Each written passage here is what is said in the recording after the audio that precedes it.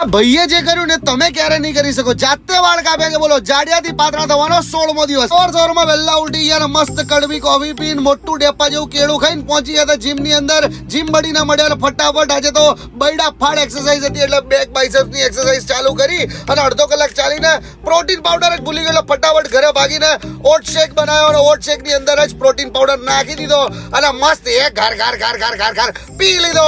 મસ્ત નહીં ધોઈને રેડી થઈ ગયા અને પછી મમ્મીએ મસ્ત રાજમાનું શાક ને રાઈસ ને 200 ગ્રામ કોબીજ બનાવી હતી એટલે ખાઈ લીધું અને મસ્ત મુસલી અને ઓરેન્જ પેક કરીને નીકળી ગયા. જેડીને પિક કરી દીધો અને જેડીના મારા ફોનનો ટફન તૂટી ગયો એટલે ડીએમ મોબાઈલ એસેસરીઝ માં આવી ગયા હતા. They have the best accessory shop. પછી રેગ્યુલર મારી કોફી પીવા આવી ગયા હતા અને જેડીએ મંગાઈ શુગર વાળી કોફી. ત્યાં નિકુંજ ભાઈ આવતા રહ્યા હતા એમણે બી મારી કોફી ટેસ્ટ કરી અને આ ભાઈએ જાતે વાળ કાપે એવું હોંશે કહેતો હતો આખા ગામને.